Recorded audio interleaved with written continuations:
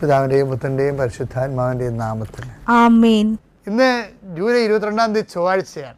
അമ്മേ പരിശുദ്ധമ്മേ, അമ്മേ പരിശുദ്ധമേ, ദൈവമാതാവേ, കൃപാസനത്തിലൂടെ ഞങ്ങൾക്കും ഞങ്ങളുടെ ദേശത്തിനും അമ്മ മധ്യസ്ഥം തേടി തന്ന എല്ലാ അനുഗ്രഹങ്ങൾക്കും കൃപകൾക്കും ഞങ്ങളിപ്പോൾ ഹൃദയം നിറഞ്ഞ നന്ദി പറയുന്നു.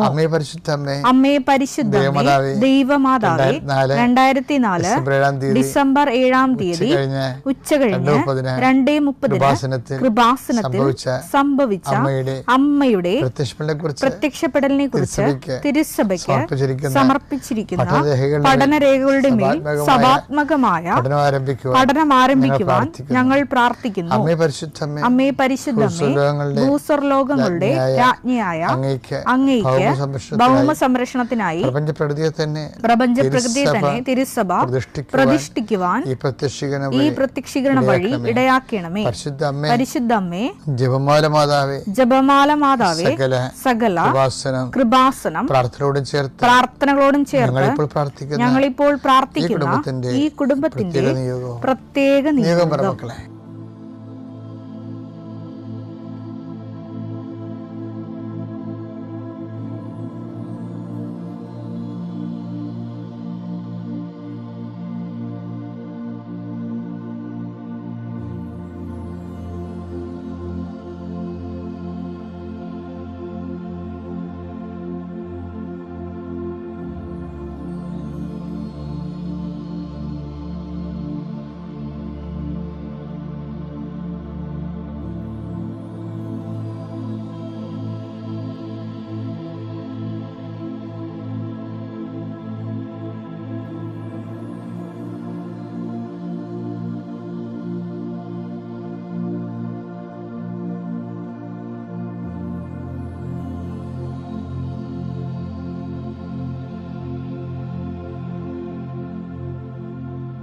അമ്മയുടെ പ്രത്യക്ഷീകരണത്തിന്റെ ഈ അനുഗ്രഹവേളയിൽ ഞങ്ങൾക്ക് സാധിച്ചു തരുവാൻ കനിയണമേ. വിശ്വാസ പ്രമാണം. സർവശക്തനായ പിതാവും ആകാശത്തിന്റെയും ഭൂമിയുടെയും സൃഷ്ടാവുമായ ദൈവത്തിൽ ഞാൻ വിശ്വസിക്കുന്നു. അവിടുത്തെ ഏകപുത്രനും ഞങ്ങളുടെ കർത്താവുമായ ഈശോ മിശിഹായിലും ഞാൻ വിശ്വസിക്കുന്നു.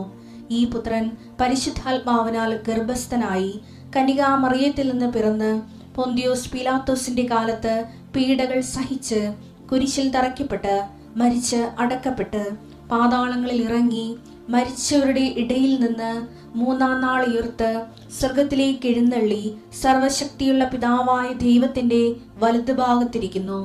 അവിടെ നിന്ന് ജീവിക്കുന്നവരെയും മരിച്ചവരെയും വിധിക്കുവാൻ വരുമെന്നും ഞാൻ വിശ്വസിക്കുന്നു. പരിശുദ്ധാത്മാവിലും ഞാൻ വിശ്വസിക്കുന്നു. വിശുദ്ധ കത്തോലിക്കാ സഭയിലും പുണ്യവാന്മാരുടെ ഐക്യത്തിലും പാപങ്ങളുടെ മോചനത്തിലും ശരീരത്തിന്റെ ഉയർപ്പിലും നിത്യമായ ജീവിതത്തിലും ഞാൻ വിശ്വസിക്കുന്നു. ആമേൻ. സ്വർഗ്ഗസ്ഥനായ ഞങ്ങളുടെ പിതാവേ, അങ്ങയുടെ നാമം പൂജിതമാകണമേ. അങ്ങയുടെ രാജ്യം വരണമേ. അങ്ങയുടെ തിരുമനസ് സ്വർഗത്തിലെ പോലെ ഭൂമിയിലും ആകണമേ. അന്നു വേണ്ടുന്ന ആഹാരം ഇന്ന് ഞങ്ങൾക്ക് തരണമേ. ഞങ്ങളോട് തെറ്റ് ചെയ്യുന്നവരോട് ഞങ്ങൾ ക്ഷമിക്കുന്നത് പോലെ ഞങ്ങളുടെ തെറ്റുകൾ ഞങ്ങളോടും ക്ഷമിക്കണമേ. ഞങ്ങളെ പ്രലോഭനത്തിൽ ഉൾപ്പെടുത്തരുതേ, തിന്മയിൽ ഞങ്ങൾ രക്ഷിക്കണമേ. ആമേൻ. നന്മ നിറഞ്ഞ മറിയമേ, സ്വസ്തി. കർത്താവ് അങ്ങയുടെ കൂടെ സ്ത്രീകളിൽ അങ്ങ് അനുഗ്രഹിക്കപ്പെട്ടവളാകുന്നു. അങ്ങയുടെ ഉദരത്തിൻ ഫലമായി ഈശോ അനുഗ്രഹിക്കപ്പെട്ടവനാകുന്നു. പരിശുദ്ധ മറിയമേ, തമ്പുരാന്റെ അമ്മേ, പാപികളായ ഞങ്ങൾക്ക് വേണ്ടി ഇപ്പോഴും ഞങ്ങളുടെ മരണസമയത്തും തമ്പുരാനോട് അപേക്ഷിക്കണമേ. ആമേൻ. കർത്താവിന്റെ ഉന്നതമായ നാമത്തിൽ സ്തോത്രം ചെയ്യുന്നു. കർത്താവെ, മരിച്ച വീടുകളെയാണ് ഇപ്പോൾ കണ്ടുകൊണ്ടിരിക്കുന്നത്. ഈശോയെ, എന്താണ് കാരണമെന്ന് അറിയത്തില്ല. അവർക്ക് വേണ്ടിയുള്ള ഒപ്പീസ് പ്രാർത്ഥനകളും വേർപാട് പ്രാർത്ഥനകളും ഒക്കെ കാണുന്നു. ഈശോയെ, മരണ വീടുകളും മരിച്ച് സ്വന്തപ്പെട്ടവർ വിടവാങ്ങിപ്പോയ വീടുകളും ആ സമയത്ത് എല്ലാവരും ഓരോരുത്തരും ഓടി വന്ന് സന്ധിച്ച് സമാശ്വസിപ്പിച്ചെങ്കിലും കർത്താവെ, ദിവസങ്ങൾ കഴിയുമ്പോൾ ആ വീട്ടിൽ അപ്പോഴാണ് ശരിക്കും മരിച്ച വീടായി മാറുന്നത്. മരിച്ച വീടുകൾ എപ്പോഴും മരിച്ച വീടായി മാറുന്നത് മരണം കഴിഞ്ഞ് 1 മാസം കഴിയുമ്പോഴാണ്. അത്തരം വീടുകൾ ഒത്തിരി കർത്താവ് കാണിക്കുന്നുണ്ട്. ഈശോയെ, അവരെല്ലാം നീ സന്ധിക്കണം. ദൈവമേ, പരിശുദ്ധ അമ്മ യേശുവിൻ്റെ വിയോഗത്തിൽ ജീവിച്ചതുപോലെ ആത്മശക്തിയോട് ജീവിക്കാൻ വേണ്ടി അവർക്ക് അഭിഷേകം നൽകുന്ന പ്രാർത്ഥന. കർത്താവേ, പരീക്ഷയ്ക്ക് തോറ്റുപോയവരുണ്ട്, ഇൻ്റർവ്യൂ പരാജയപ്പെട്ടു പോയവരുണ്ട്, പണം അപഹരിക്കപ്പെട്ടവരുണ്ട്. കർത്താവേ, അവരെല്ലാം പണാപഹരണങ്ങളെ, ചില സമയത്ത് നമ്മുടെ സമാധാനം അപഹരിക്കപ്പെടും, ചില സമയത്ത് നമ്മുടെ സ്വത്ത് അപഹരിക്കപ്പെടും. എത്ര പേരുടെ വിസ തട്ടിപ്പിലൊക്കെ വന്നിട്ടുള്ളത്? അവരെല്ലാവരും ഞാൻ ഈ സമയത്ത് പ്രാർത്ഥനയിൽ ഓർക്കുകയാണ്. ആദിമസഭയുടെ ഒരു ആത്മാഭിമാനവും അഭിഷേകവും ഉണ്ട്. നമുക്ക് വായിക്കാം. എബ്രായർ 10:34 വായിച്ച്. തടങ്കലിലായിരുന്നപ്പോൾ നിങ്ങൾ വേദനകൾ പങ്കിട്ടു.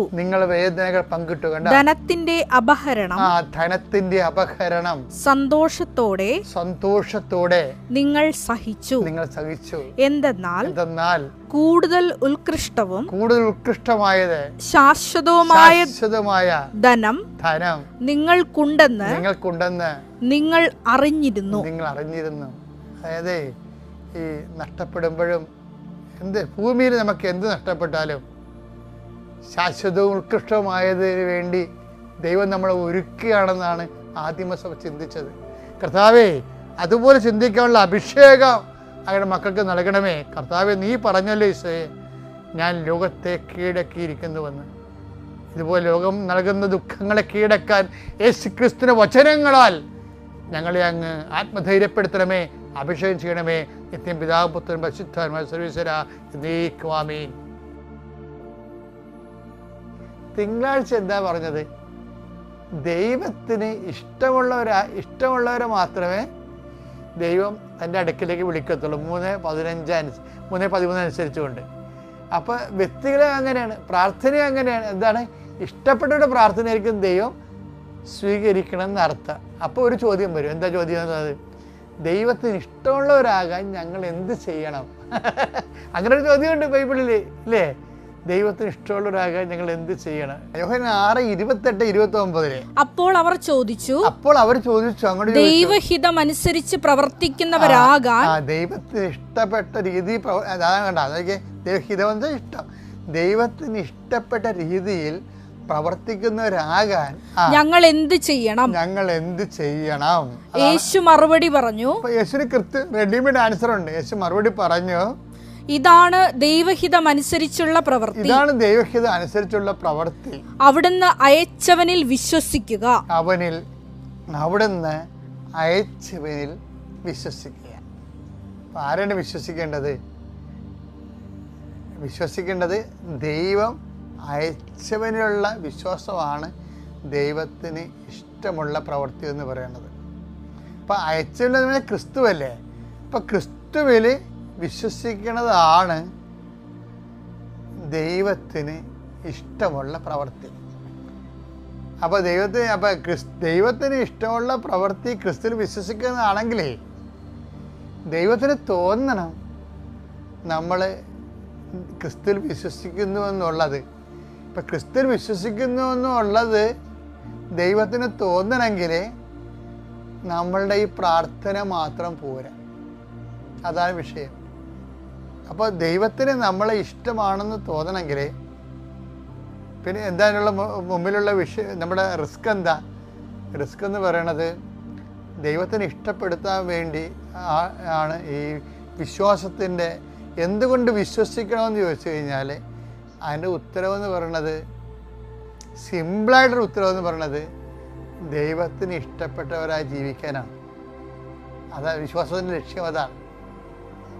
ഒന്ന് പ്രാർത്ഥിക്കാം. കർത്താവായ ദൈവമേ, അങ്ങേക്ക് ഇഷ്ടപ്പെട്ടവരായി